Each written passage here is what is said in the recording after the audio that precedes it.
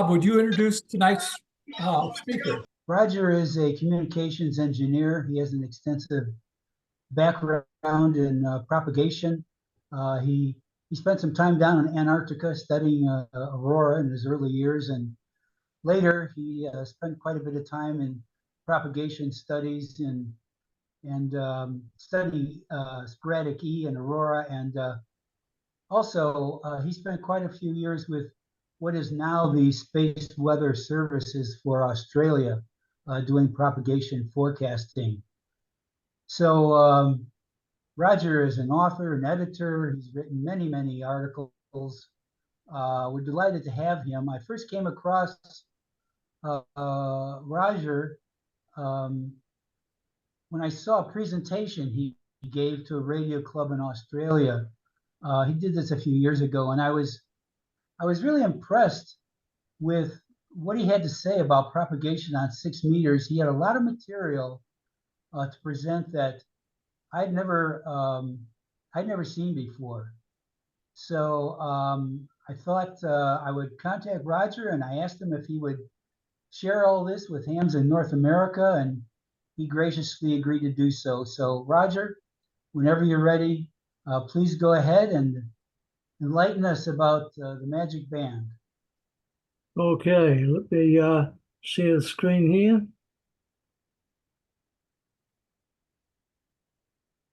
Here we go.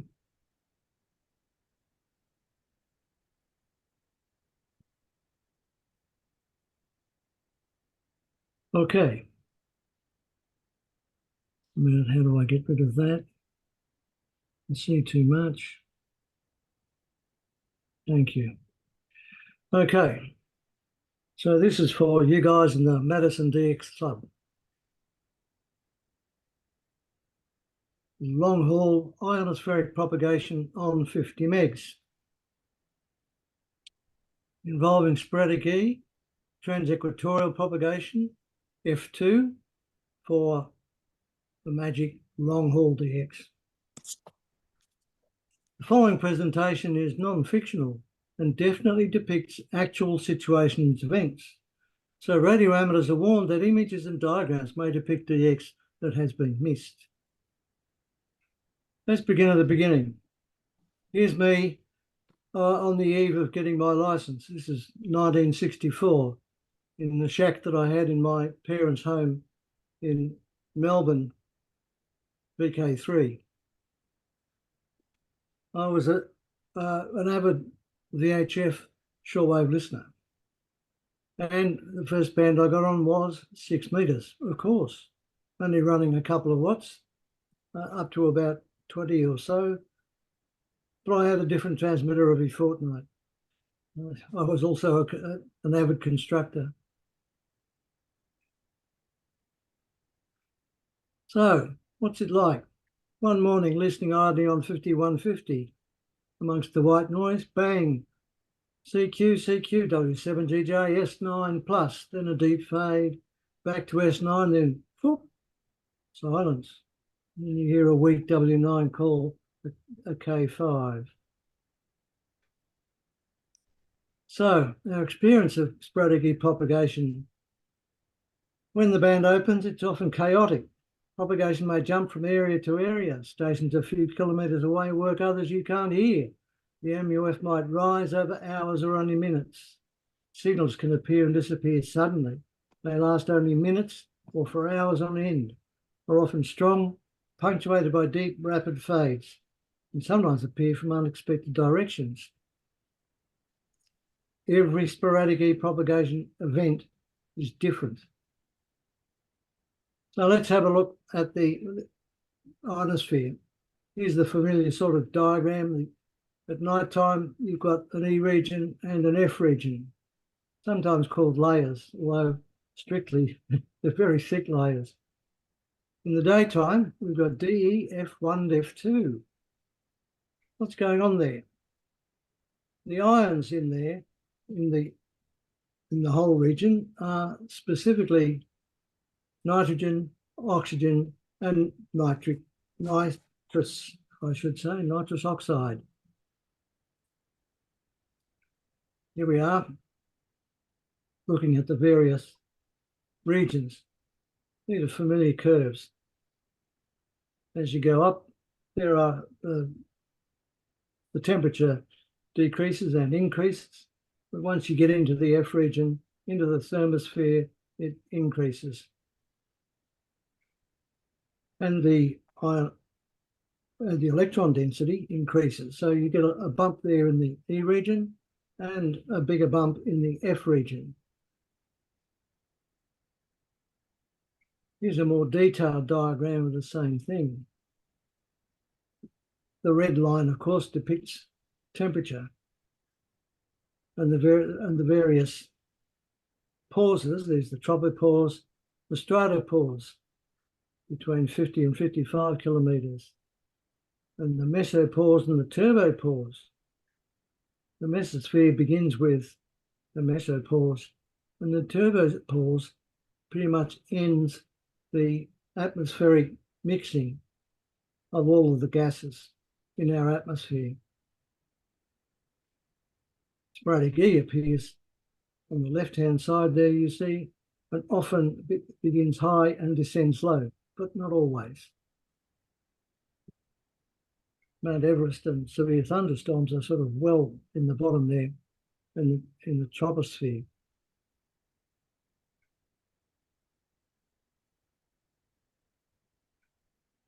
Sporadic E is an alien in the ionosphere.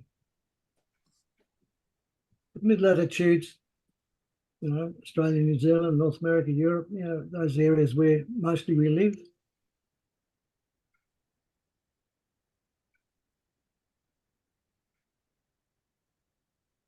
You get thin, dense clouds of metallic ions and free electrons from about less than 1 kilometre thick to about 5 kilometres thick. They lie at heights ranging between 95 and 150 kilometres. They can comprise one or more clouds or patches.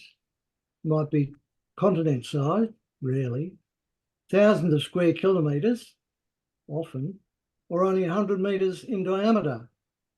Don't know how often. But the ions in sporadic E comprise iron, magnesium, and calcium, so quite different to the rest of the ionosphere. So this gives you some idea of the size of ionospheric sporadic E patches.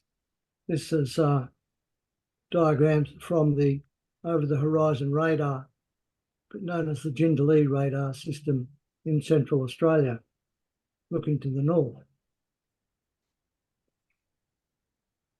So you can see that it might be a single patch or it might be a group of patches of differing shapes, really odd shapes, in fact.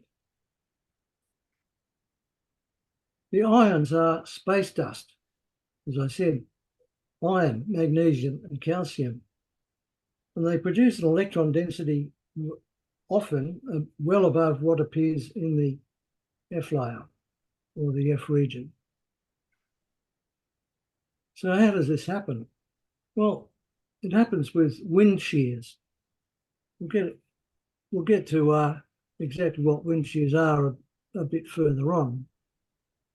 So if we have a westward wind in the neutral atmosphere,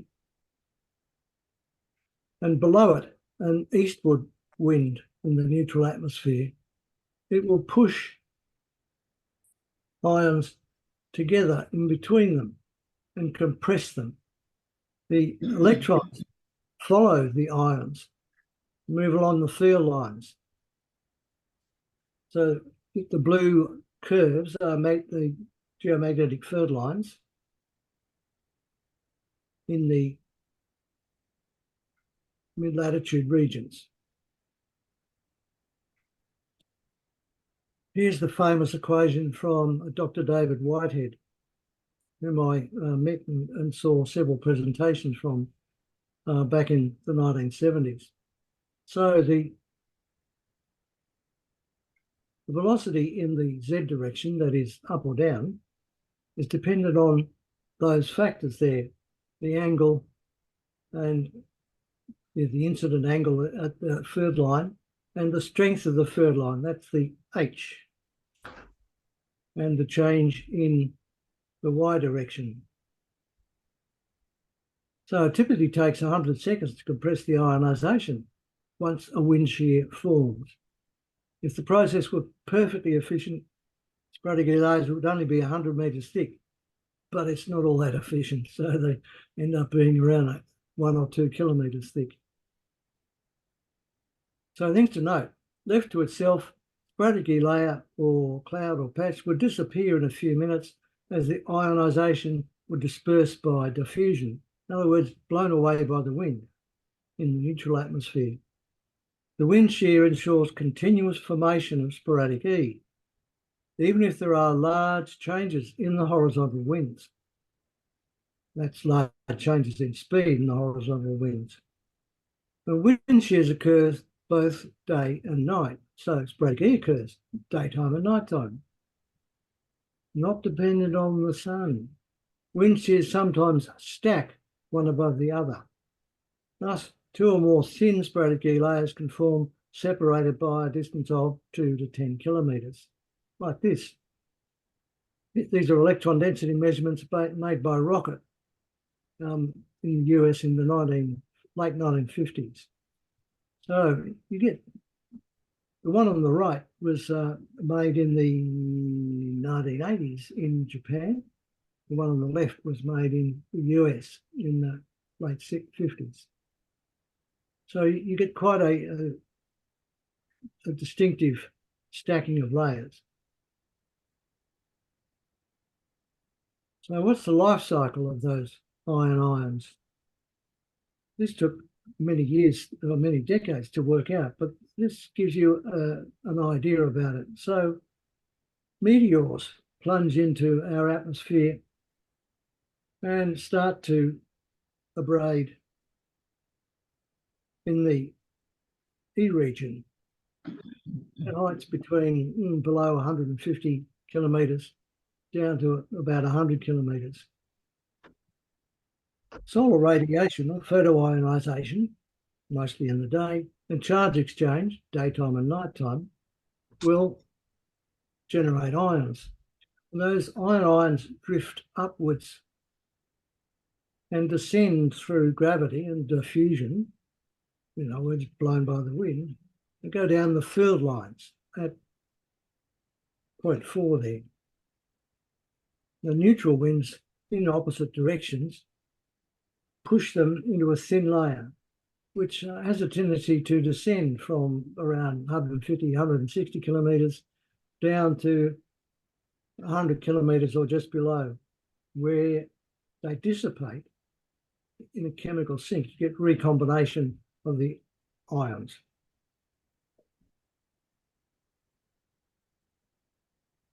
The ions and associated free electron motions are guided along the geometric field by the Lorentz force. You'll know that from high school physics. So here's a simple diagram of how we get ions. Don't concentrate on that, you'll go mad. So how long do they last? Well, that depends on the altitude and the electron density. Look at that on the top left. You know, in the region 110 to 100 kilometres, it's going to last more than 48 hours. More than 2 days, they hang around. Once you get a bit lower than that, they only last hours. And that depends on the electron density. It takes a while to dissipate. That's why you can get sporadic E events occurring over several days, over the day and the night, etc. So, in generating the ionisation from the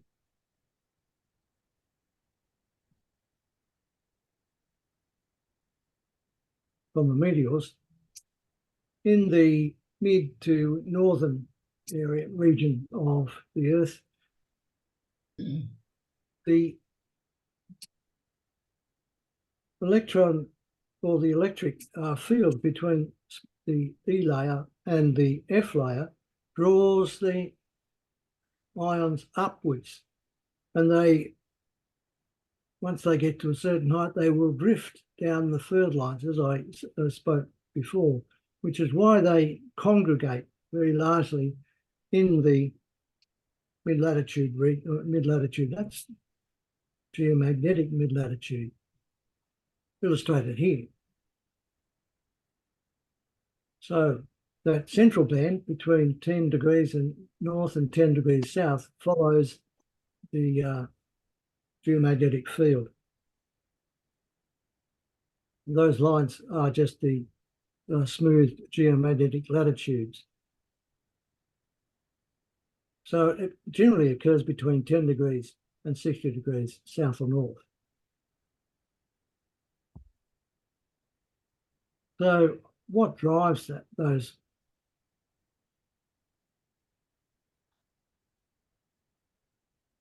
Yeah, what drives those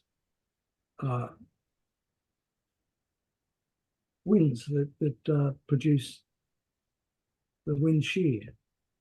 Well, first of all, solar radiation drives the global thermal tide.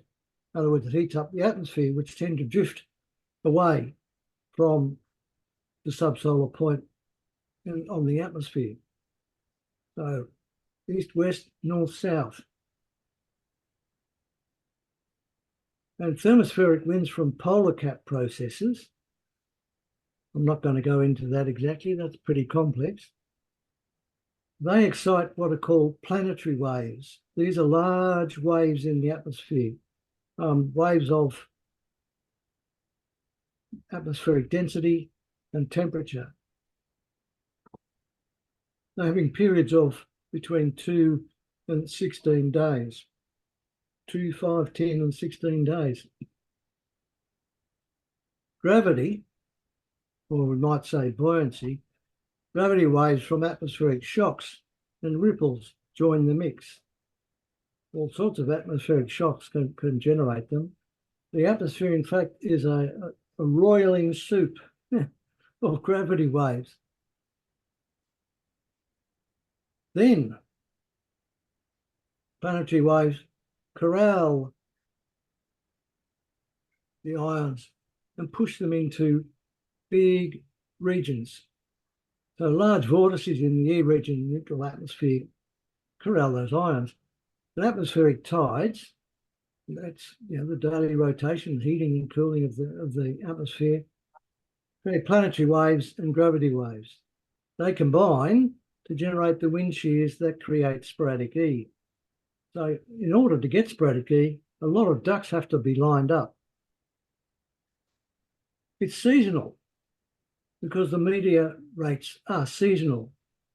As you can see here, the rates in the northern hemisphere and the southern hemisphere. And they're a bit out of sync. So it's not quite the same for you or for me. So the maximum usable frequency, if you look at the occurrence rate of planetary waves, east-west and north-south, creating the wind shears, and you look at the MUF above 80 megs, measure that in the black curve, you see they all line up to produce that peak. The wind speeds are shown there on the right-hand side in meters per second. It's comfortable to fast. So what's the impact of the interference of influence of planetary waves? For 1 month over December 2009, every half hour I interrogated the ionogram, the ionosonde at Sydney in New South Wales, VK2, and day and night plotted if there was any sporadic E. So this is a histogram of the occurrence that I found. You can see those spikes there, and if you just eyeball it, you can see those periods appearing 2, 5, 10, and 15 days. So this is looking at sporadic E on the ionogram, where it's greater than 9 megs. In other words, support 50 meg propagation. So these periods appear very obvious. If you look at it seasonally, this shows mid-latitude rates taken at Washington, DC, for sporadic E greater than 5 megs, which in ionospheric terms is strong sporadic E. And once it gets above that, it's extreme. So this shows you the pattern. You see in 1951 on the left, a certain pattern, right in the middle of June, of course, you get a very strong patch of occurrence rate. And then that declines. And then summer in the next year, across June, July, it's not quite the same. In fact, there's less of it across the months. So there's quite an obvious change in seasonal rates, which is reflected, this reflects what's happening with planetary waves and gravity waves. So if we look at diurnal rates across a whole period, it generates mountains that look like this. So this is Brisbane with strong sporadic E above 5 megs over the 57 to 85 period. So that's more than 15 years. And that's in the middle there, of course, you get that spike in the summer period. But you get a minor spike at winter as well. So those two lumps on the left and right end. And this is New Zealand, Norfolk Island on the right and Canberra on the left. You can see the similarities there, but they're not the same. Now, what about sporadic E and the solar cycle? Well, this is confounding because these two diagrams show the opposite impact. It's high solar activity for those two lines. The dotted contours are the occurrence rates of sporadic E above 5 megs. And you see that each line is different. Low solar activity, the occurrence rate patterns are different. And the two propagation paths experience the opposite occurrence rates for high versus low solar activity years. Somewhere else, it may look different. Okay. Here we go with ionograms and sporadic E overhead. This is what flat sporadic E overhead looks like, strong sporadic E. You note that it's the top frequency at the right-hand side where it disappears is almost at 10 megs. That will definitely support sporadic E propagation. And of course, it's so flat and straight above, it goes backwards and forwards and backwards and forwards, so you get those stacked arrays. So that's a multi-hop, up and down.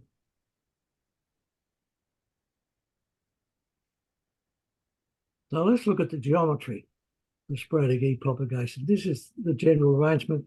The dark black line is the surface of the Earth, and you get, say, plain, flat sporadic E above. And there's the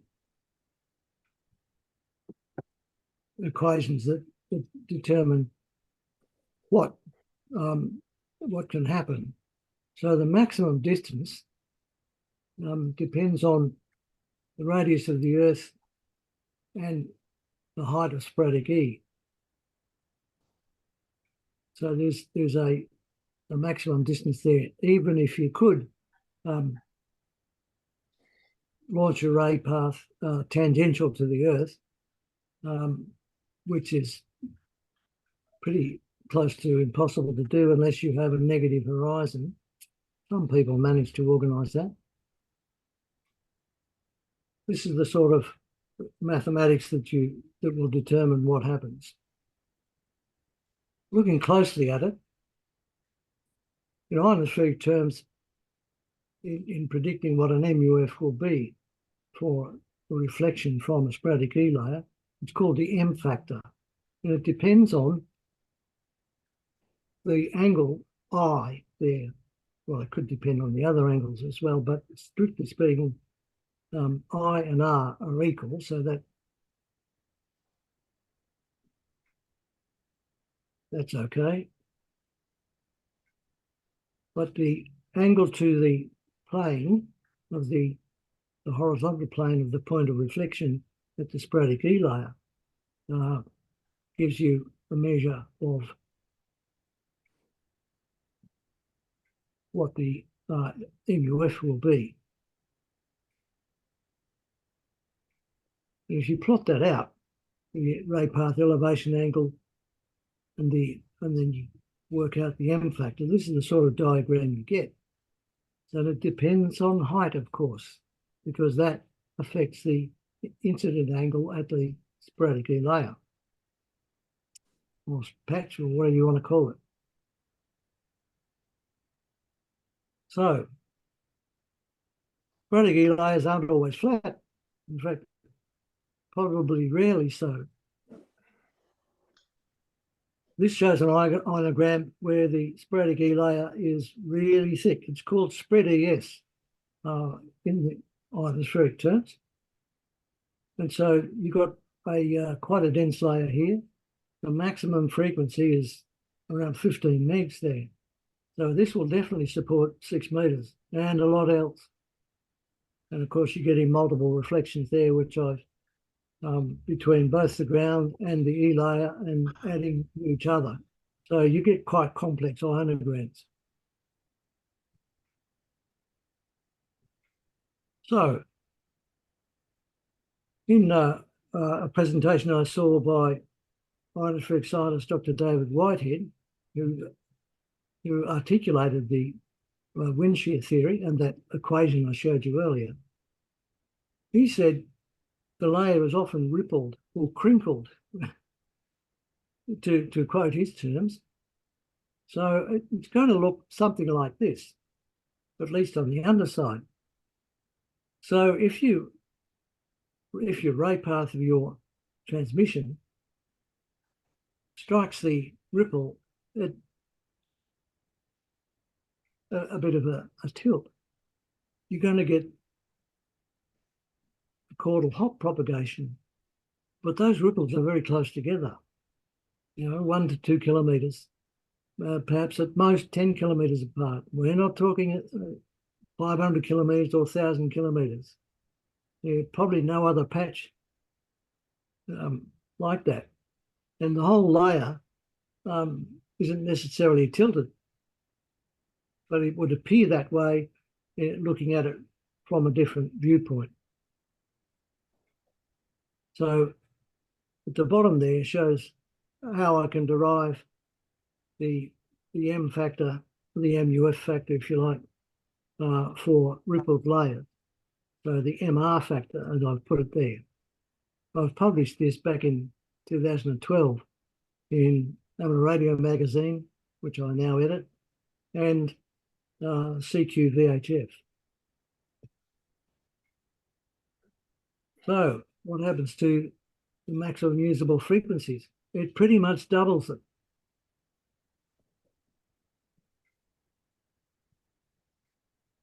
Now, what about focusing? This is how you get somebody working a station that you can hear, a local station working somebody you can't hear. So you get ray path focusing. One of the methods, of course, by, shall we say, a flat layer, or if you're impact, I should say, let me start again. If you're reflecting from a more or less horizontal patch, this is how you can get focusing. and very strong signals. In fact, it will raise your signal strength above the free space path loss. The ripple BS, this is how you get focusing. There's two separate ray paths, not very great angles different, but it will produce a focus point. That focus point will wander because you're in the atmosphere. It moves just like the sea, and that the focal point might be above the ground. Sometimes it hits the ground. In one instance, I remember going mobile on 6 meters. I drove through, or the car I was in drove through a focal point, and I've taken the timings of it, and that focal point was about 3 kilometers wide.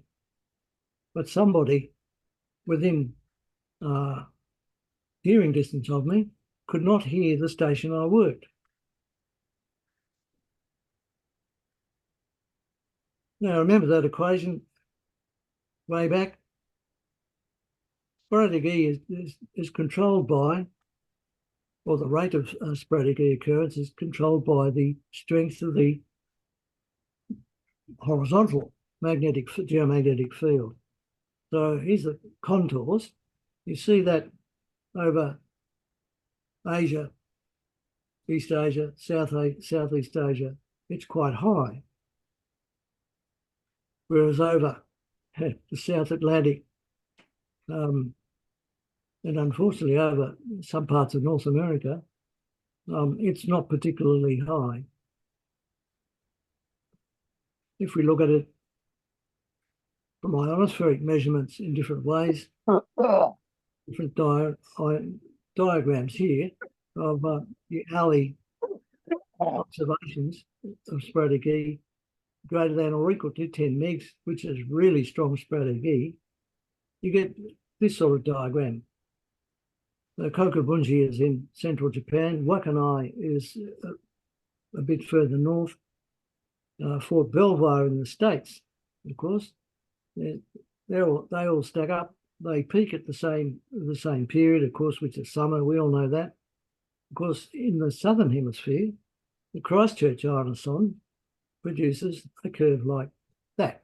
So it's opposite seasons. And when we look at space measurements of sporadic E, we get patterns of this. This is for southern hemisphere summer over 2008-09, which is December and the following January. So the high occurrence rates, the very deep red, is well placed across Australia that year. But these patterns change year by year. You can see the line there in the central part, rather wavy, where little occurrence is. That of course follows the geomagnetic equator.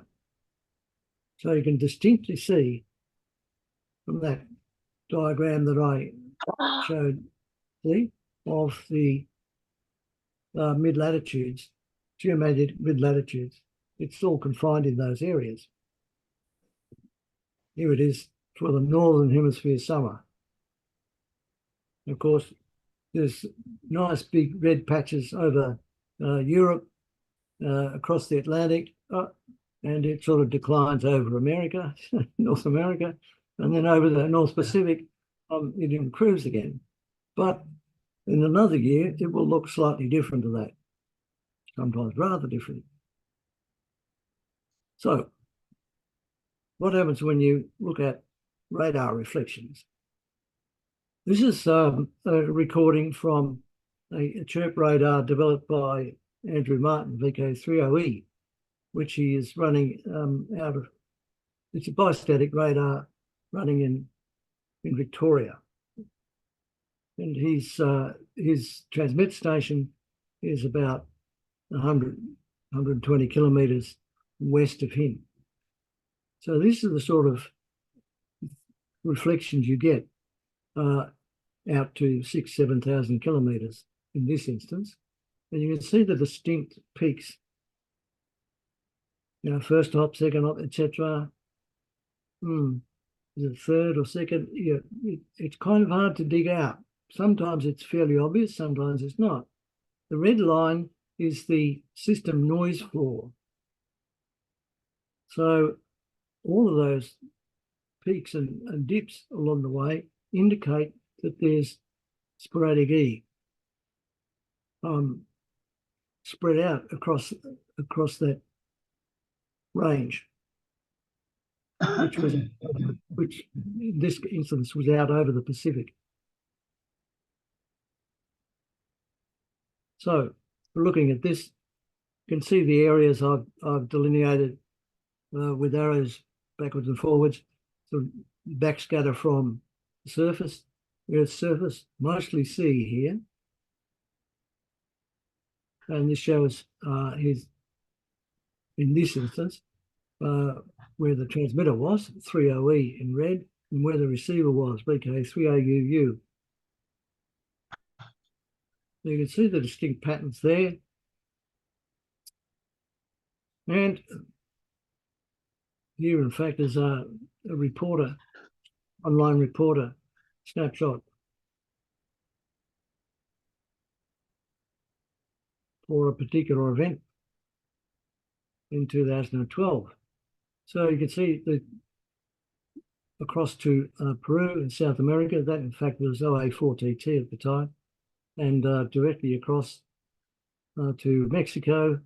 The deeper blue wide line is the geomagnetic equator.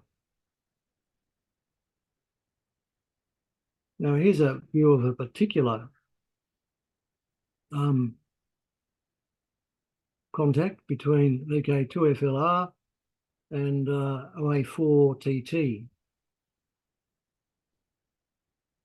in January 2012, taken from, or shall I say, analysis taken from ionosons and from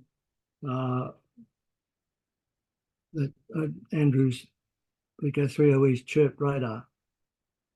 You can see the dashed blue line of the geomagnetic dip equator. So this is a great circle path projection from the center point of the path.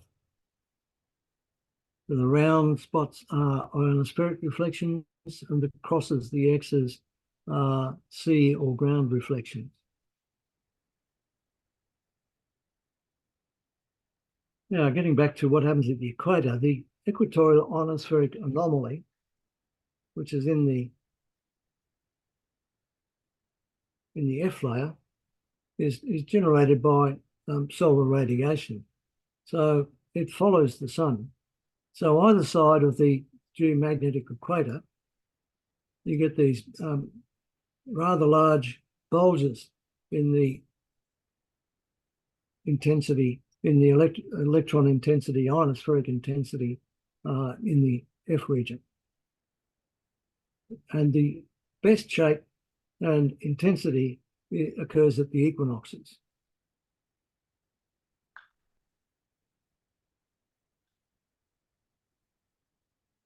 I think I have these out of order, but anyway. So you get mixed sporadic E and F propagation, otherwise known as N mode, which you'll see why in a moment. So there, over this 5,250 kilometre path, I've shown the sporadic E and the F layer reflections.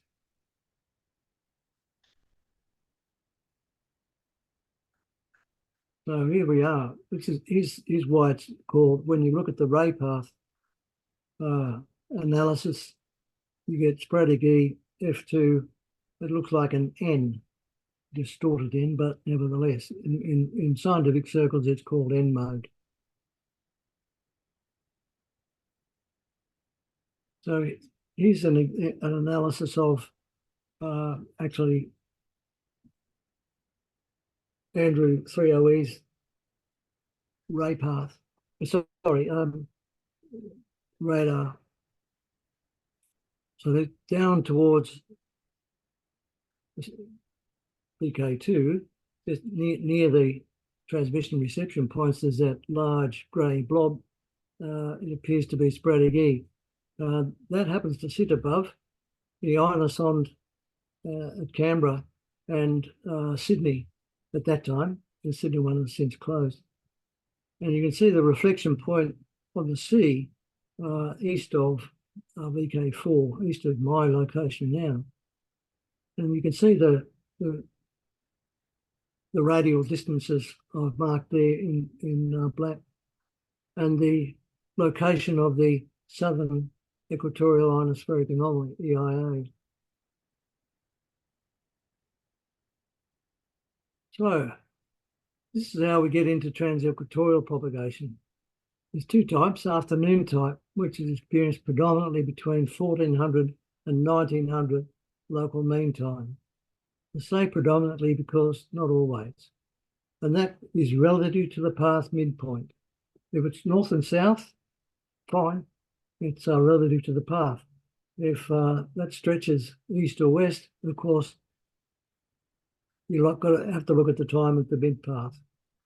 There's evening type, which predominantly occurs between 2000 and 2300 local mean time. Again, relative to the path midpoint. But those evening type paths are generally more strictly north-south. So each are now referred to by their mode of propagation. Here's the mechanics of it. In the top, we have afternoon type TEP. And I've drawn in grey the ionosphere, the equatorial anomaly either side of the magnetic dip equator and magnetic field line. They align with the field lines, as you can see. And you can get focusing, which I've illustrated there. Evening type TEP. This is the path geometry you get. It's supported by bubbles that occur in the equatorial ionosphere, which rise quickly after sunset and spread along the north and south along the field lines. And they rise fairly quickly. They can reach peak heights of up to 1,500 kilometres. And the bubble diameters can be 40 kilometres or as much as 350 kilometres. If you get a reasonably low radiation angle from your antenna system, you can reach a bubble up to 3,000 kilometres away, if it's fairly high. Otherwise, probably only between 1,000 and 2,000 kilometres. Afternoon type propagation is called supermode TEP. So as you see from those diagrams, it involves airflow reflections north and south of the geomagnetic equator without an intermediate ground reflection. So classic chordal hop. The length of that chord might be 1,000 kilometres or 2,000 kilometres, even longer. Maximum observed frequencies are typically in the range 40 to 55 megs and sometimes up to 60 to 70 megs. Australia used to run oblique ionosonde operations between southern Japan and Townsville here in mid-north Queensland,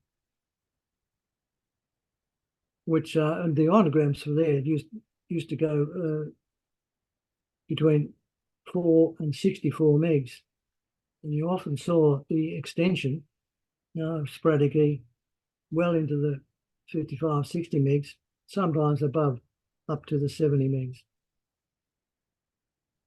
Path lengths range typically from 4,000 to 10,000 kilometres plus. They're often strong, steady signals with small Doppler shift. The peak occurrence is seasonal, equinoctial. The occurrence rate follows the solar cycle. So here's a recording I made from a receiver I built and installed with a 311 beam in Townsville back in the 1970s. So the top wiggly line recording is Doppler shift. You can see that it's just plus or minus a few hertz, and it's fairly slow over a few seconds.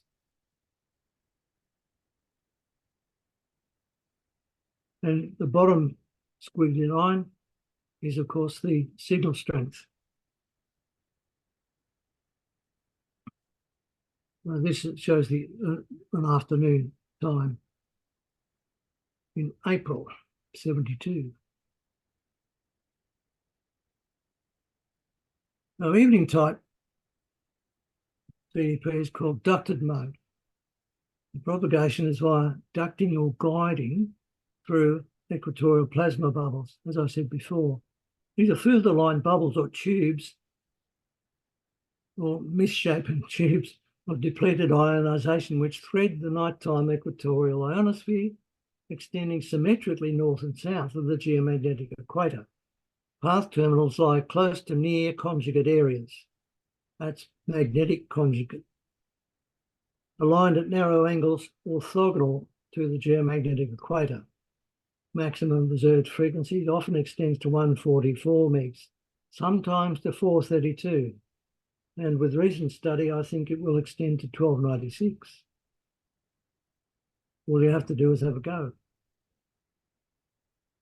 So here's a cross-sectional view of equatorial plasma bubbles taken with a vertically oriented ionospheric radar working at 55 megs. And this is taken in an atmospheric radar in Indonesia, so very near the geomagnetic equator. Sorry, I should explain that the black parts are low ionisation, and then the grey, and then the white is greater ionisation.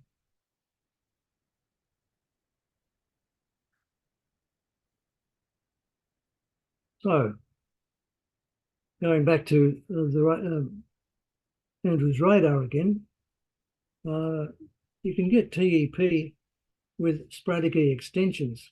This is more common than thought.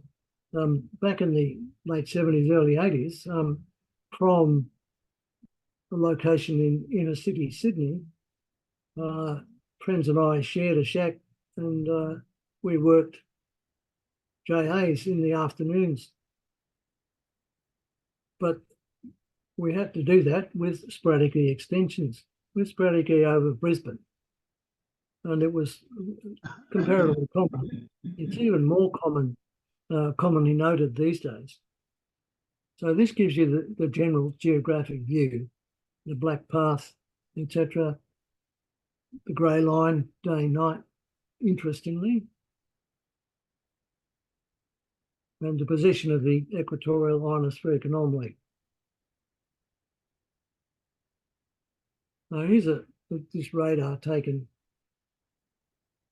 by Andrew back in 2010 across the Pacific. So you see that very strong reflection from New Mexico, from Ponderosa, New Mexico. We looked at the geographical things very carefully, and that's, of course, a very rugged area, so you get very good backscatter. And it extends from the coast, the California coast, on one side, at Catalina, to Clarksdale, Mississippi on the other side, you might say, from the Beach Boys to the Blues. And then extends into the Atlantic, where you get that large lump at 27,320 kilometres. That's a big distance, especially at night time. But nevertheless, there it is. That demonstrates two types of TEP from the one transmission. and you get these long hop sporadic, multi-hop sporadic E with F2 extensions, depending on multiple sporadic E patches and the IA. This is a contact between VK5 BC in South Australia and IW9HII in Sicily, in Gibble Manor, in the west side of Sicily. I've had this confirmed by both operators, and I was able to, very close to the event, interrogate the ionograms in different places there at Learmonth and Cocos Island. I marked another one at Guangzhou to get a measure of the EIA, which travelled west, of course, with the sun. So this is an afternoon time. So I knew what it was some hours earlier, and there it is. So this all fitted together fairly well. Mind you, it's kind of a speculation, but there it is, 15,000 kilometres. It depends on multi-hop sporadic E, of course. 1, 2, 3, 4, 5 at one end and 2 at the other, but it was there. I looked at ionograms in Arabia and the Mediterranean. So what about around the world echoes? Back when satellites were first launched, in particular Sputnik, which had a transmitter on 20 megs and another on 40 megs, or maybe it was the same transmitter. No.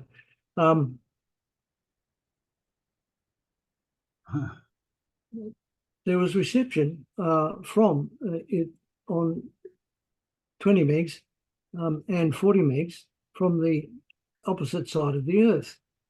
And a lot of interesting analysis of that showed that it was a guided mode propagation, guided in the peak of the F layer. Now, the geometry of it looks like this. We launch a low angle ray, that's the heavy black ray, curved into the ionosphere until it goes through the F1 layer. So it's daytime to start with, which deflects it at a critical angle until it reaches the peak of the F2 layer, the maximum, pointed out, the ionization maximum. So there's all of these distances and angles which are very dependent on supporting this. And an analysis of it. So if we look at where that bend occurs in the F1 region between that, or actually sporadic E or E region up to the F1 region, the frequency support improves as you go higher. So this analysis shows how it is supported, and the particular or the critical angles to achieve by the F1 layer, beta there, nominated as the source in the top left diagram. You need to be within those critical angles in order to get support. Now, this is an analysis for the mid-solar cycle. So smooth sunspot number below 100, probably between 70 to 90. And what happens with higher numbers, higher sunspot numbers, is that bunch of curves moves upward. So you can get into round the world mode much better with better solar cycle support. So here's where I am these days, sitting in a small table, and all of the folders there contain papers, scientific papers on sporadic E. There's more than 1,000 papers that I've collected that go back over years. But that's how I've managed to begin to understand what happens with sporadic E. These days, this is what I'm doing.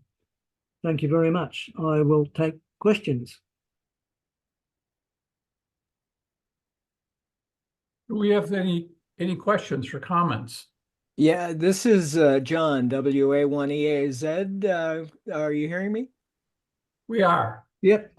Excellent. I have a question about F2 propagation that, most of us are dying to have and have had some as the solar cycle ramps up. And I have to preface my question with the fact that this is my first solar cycle. I'm riding it upward, and I have had the good fortune to make some nice F2 contacts over great distances that have led to new DXCCs. But my question is this. It seems that people pin their hopes on the solar flux number, sort of hoping and praying that if it gets to 237, all of a sudden we'll have F2 all over the place. And I do recall Jim Kennedy, and I'm sure you know Jim, writing that F2 isn't really, you can't look at it that way. It's there. It is associated with a sequence of days of high solar flux. So that in and of itself says that, well, okay, there must be something else involved. My second point is that I have worked F2 at solar flux numbers around 200, and I've worked it at 145. So obviously something else is involved besides solar flux. And I just love to have your comments on that. Okay. Yes, a lot is involved other than the solar flux. And some of those long haul paths aren't necessarily strictly F2 from end to end. And some sporadic E will be involved. And sometimes geomagnetic equatorial sporadic E, which is generated quite differently, but is a daily event following the rotation of the Earth, and in that case, and the solar radiation. But it depends on winds in the neutral ionosphere, which will push the ionization through collisions. It will push the ionization into different places, and it can bunch it up. A number of paths that I've analysed for Australia between East Coast and West Coast, there is what you might call a hotspot. Develops over Central Australia in the F layer, F region, and that provides support for 50 meg propagation over that distance is more than 3,000 kilometres. So it's basically a single hop, but you need good takeoff at each end. The thing is that anyway, with your antennas, you're not looking at it with these long paths. You're not looking at the ray paths from the peak of your radiation angle. You're looking at the lower side. If you could get the peak down to the angle of the propagation coming in, you could increase things by 10 to 20 dB. Does that help? Well, kind of. And I would also point out that a number of these contacts that I've had have not been ease assisted. So, for example, How do you know? what's that? How do I How do you know? know they're not ES assisted? Well, for example, there was an opening last March. I think it was last March, a year ago March, and it was working some stations, listening stations in Portugal and Spain, and all of a sudden they disappeared, flat out gone, and in came a station in Rodriguez Island, 3B9FR.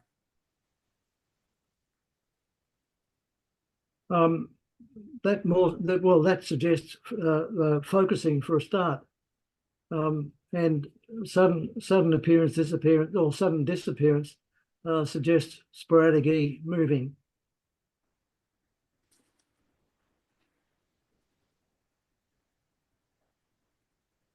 Or disappearing. Yeah, or disappearing, dissipating. Yes, when the wind shears disappear, it only takes minutes for the ionization to be recombined.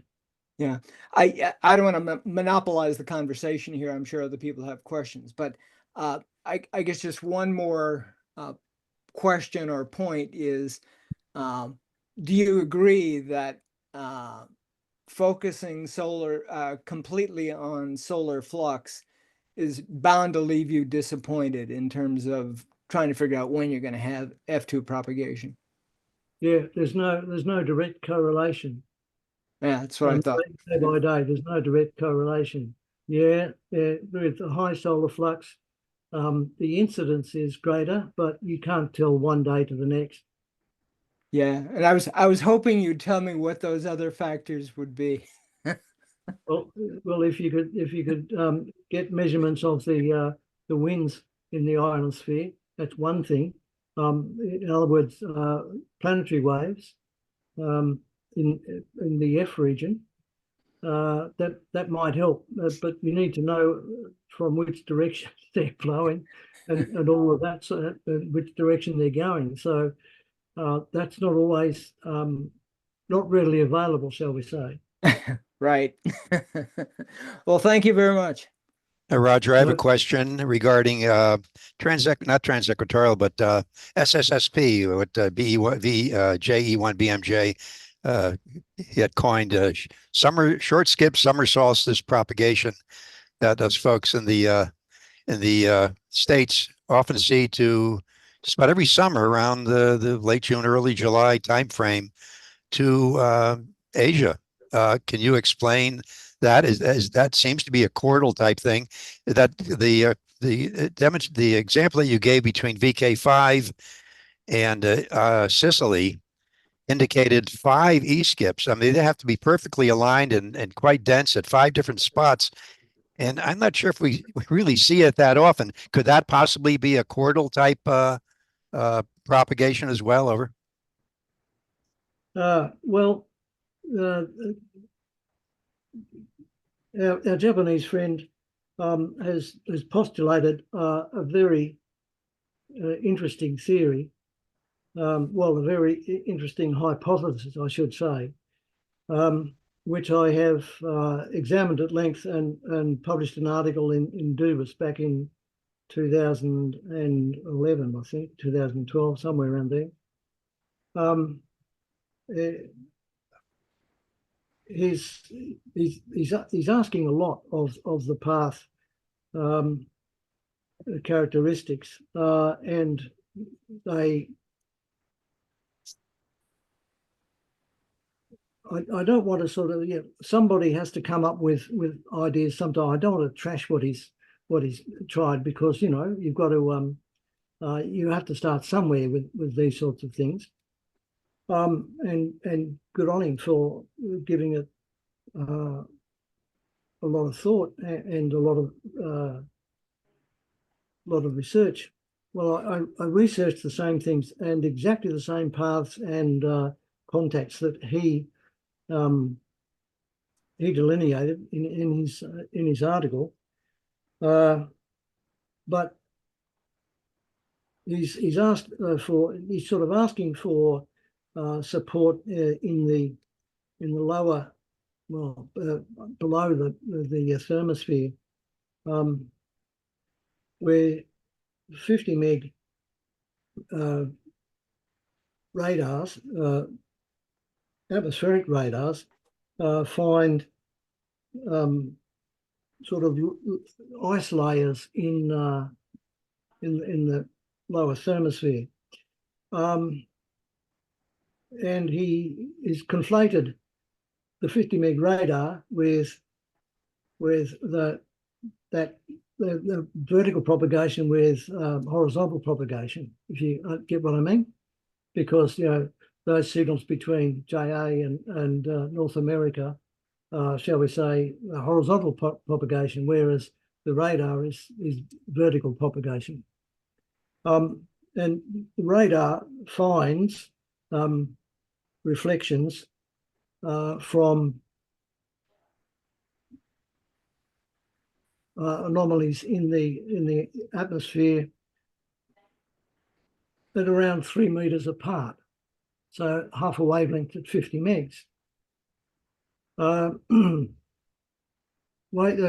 Similar radars at different frequencies find anomalies at getting reflections at distances which are equal to half the wavelength of the radar. So what's happening in that part of the atmosphere doesn't relate to RF propagation. Okay, those atmospheric radars run very high powers and a lot of signal processing in order to get those backscatter reflections from neutral atmosphere. And he depends on, in launching his path, he depends on the F1 layer, but in getting a reflection from the F1 layer to kick off that caudal hop path that he proposes. Yeah, but he's talking about the links on either side being the first stop being E-skip and not it getting to the F1 layer. It depends on getting into, yes, that's correct, sorry. But from there, he depends on the F1, he's dependent on the F1 layer. I'm trying to remember the analysis that I did. I picked a particular contact and path in which I could determine from the ionosondes and ionograms what was happening. Very long caudal hops happen with afternoon type transequatorial propagation, but it doesn't happen. The probability of it happening with sporadic E is extremely low. In fact, probably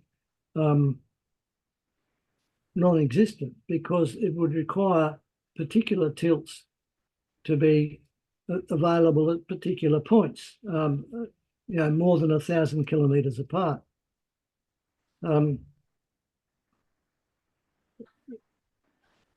Tilts in the ES layer are more of the nature of the ripples that I said, rather than a whole cloud tilted.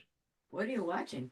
It would take a lot of ripples to make it all the way across from, say, New England up to over the polar, the geomagnetic area over to China, Korea, Japan. Every year we see Japan work a half a dozen to 10, maybe even more on a regular basis. Been heard in China and Korea from Virginia. It's there every year, and it happens near the peak of the E-skip season. It starts usually late afternoon, usually early evening on our end. And it's probably sunrise on the other end with the midpoint probably around noon. Yeah, exactly.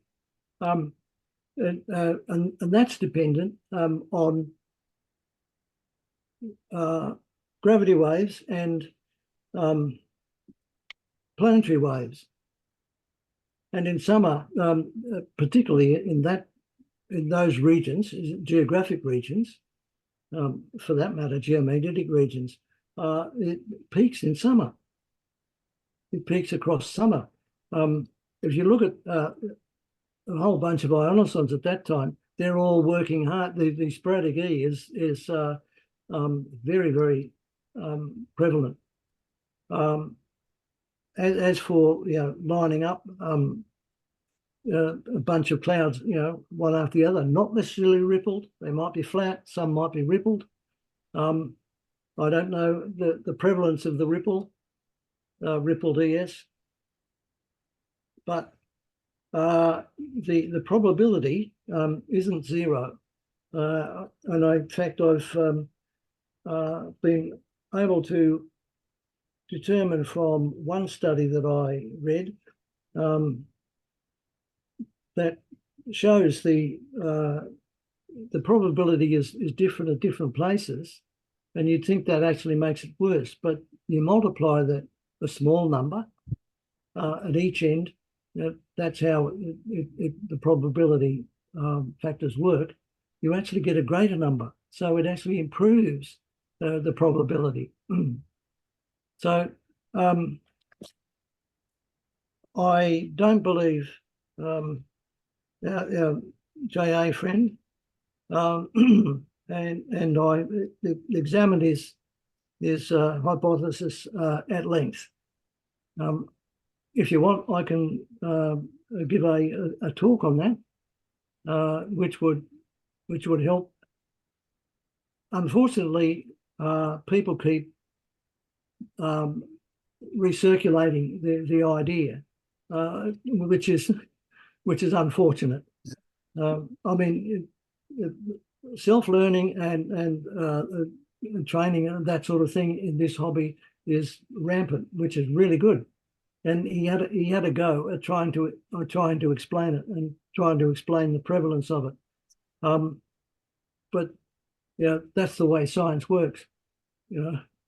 Take a reanalysis and see if things aren't as they seem.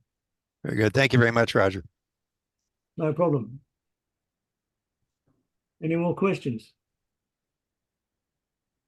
Roger, I want to thank you on behalf of the club of putting on a great presentation. I think many of us have read quite a bit about 6-meter propagation, but this was a real tour de force of all aspects of it, and a lot of things we haven't heard before, or maybe we haven't understood. So thank you very much for taking the time to spend with us in your morning and our evening. So any final questions? I just want to thank Roger also. There's a lot to unpack here, Roger. So I'm really glad that this is recorded. I know I'm going to watch it several times. Also noticed that we had several people coming in late to the program, and so they'll be able to see the whole program in total. And we're going to put this on our YouTube channel, and I think it's going to be a tremendous resource in the future for 6-meter enthusiasts. So thank you so much for this great presentation. Thank you, Lloyd, and also thanks to Robert 2WF for sort of helping in the communications with email difficulties. However, we overcame that. And thank you for asking me to do this. I'm happy to do it. I have other presentations as well, but there's some more specifically related to sporadic E and or TEP. And we'll be happy to do something perhaps not as lengthy as this. And particularly if you want more about our summer solstice short path propagation works. Well, we're in the business of learning and sharing that learning with all kinds of folks, and kind of alluding back to what you said a few minutes ago. Our hobby is based on self-learning, and when we have access to the knowledge and resource that you bring to us, that's great. So we do hope to hear from you again on this, because this will always be an interest to this group, and very timely given our so with that, I wish everyone a good night. Thank you, Kevin. Good night, all.